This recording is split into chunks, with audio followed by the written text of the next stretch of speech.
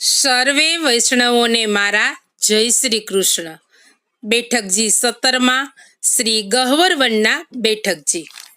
અહીંના ઘટાદાર વૃક્ષોની સઘન ઘટાની વચ્ચે આવેલા કૃષ્ણકુંડને ગહ્વર ગંગાના નામથી ઓળખવામાં આવે છે। તેનાથી થોડેક દૂર એકાંત સ્થાનમાં શ્રી મહાપ્રભુજીના બેઠકજી બિરાજે છે। આ નિર્ગુણ સ્થાનમાં બિરાજીને શ્રી મહાપ્રભુજીએ 7 દિવસ સુધી શ્રીમદ ભાગવતનું પારાયણ કર્યું। એક દિવસ આપ શ્રી વન પ્રદેશની રમણીયતાના દર્શન કરવા પ્રિયતમના આ નિકુંજ સ્થાનમાં પધાર્યા હતા। ત્યારે માર્ગમાં એક મોટા અજગરને પડેલો જોયો। તેને અસંખ્ય લાલ કીડીઓ કરડતી હતી। આ જોઈને શ્રી મહાપ્રભુજીને દયા આવી।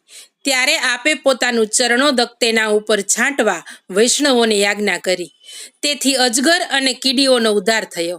આ પ્રસંગ જોઈને દામોદરદાસ હરસાણીએ અજગરનું પૂર્વ વૃત્તાંત પૂછ્યું।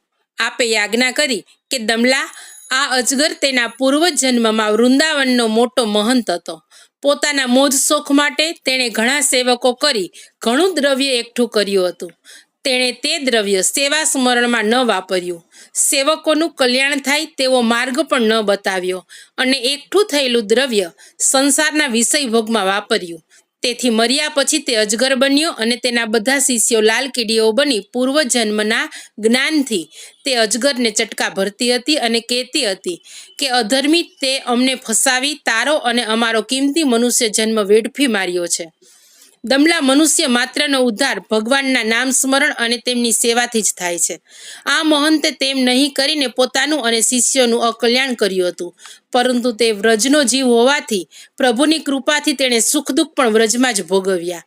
વ્રજનો જીવ વ્રજ છોડી બીજે ક્યાંય જતો નથી। તેના અપરાધનું ફળ ભોગવી પ્રભુ એક દિવસ તેનો જરૂર ઉદ્ધાર કરશે। માટે આજે તેના અપરાધની નિવૃત્તિ થતાં તેનો ઉદ્ધાર થયો। આ સાંભળી સૌ વૈષ્ણવો ખૂબ પ્રસન્ન થયા। અહીં શ્રી મહાપ્રભુજીના બેઠકજી પ્રગટ બિરાજે છે।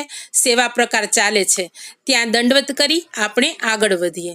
શ્રી ગહ્વરવનના બેઠકજીમાં બિરાજતા શ્રી વલ્લભને આપણા સૌના પૂર્ણ પ્રેમે સાષ્ટાંગ દંડવત પ્રણામ પહોંચે। શ્રી વલ્લભાધીશ કી જય।